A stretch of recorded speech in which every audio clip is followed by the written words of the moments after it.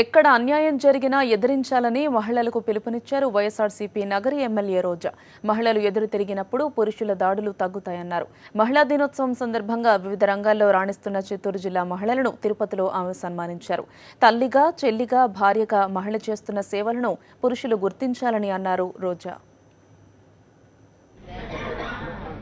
ఎప్పుడో మన సరోజిని నాయుడు గారు చెప్పడం జరిగింది, ఈ ప్రపంచాన్ని తీర్చిదిద్దే నిర్మాతలు మీరు కాదు మేము.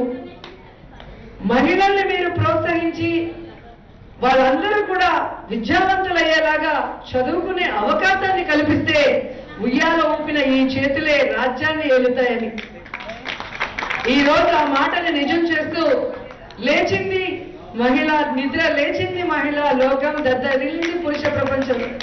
ప్రతి రంగంలో కూడా మహిళలు అడుగు పెడుతున్నారు. దానికి కారణం మహిళలకి ఏకాగ్రత ఎక్కువ, ఎఫిషియన్సీ, లీడర్షిప్ ఎక్కువ. ఒక పని పట్టుకుంటే దాంట్లో మనం బెస్ట్ గా ఉండాలి అనే తపన ఎక్కువ. అందుకే మగవాళ్ళ కన్నా ఆడవాళ్ళకి ఈ రోజు అన్ని రంగాల్లో సక్సెస్ రేట్ ఎక్కువగా ఉంది.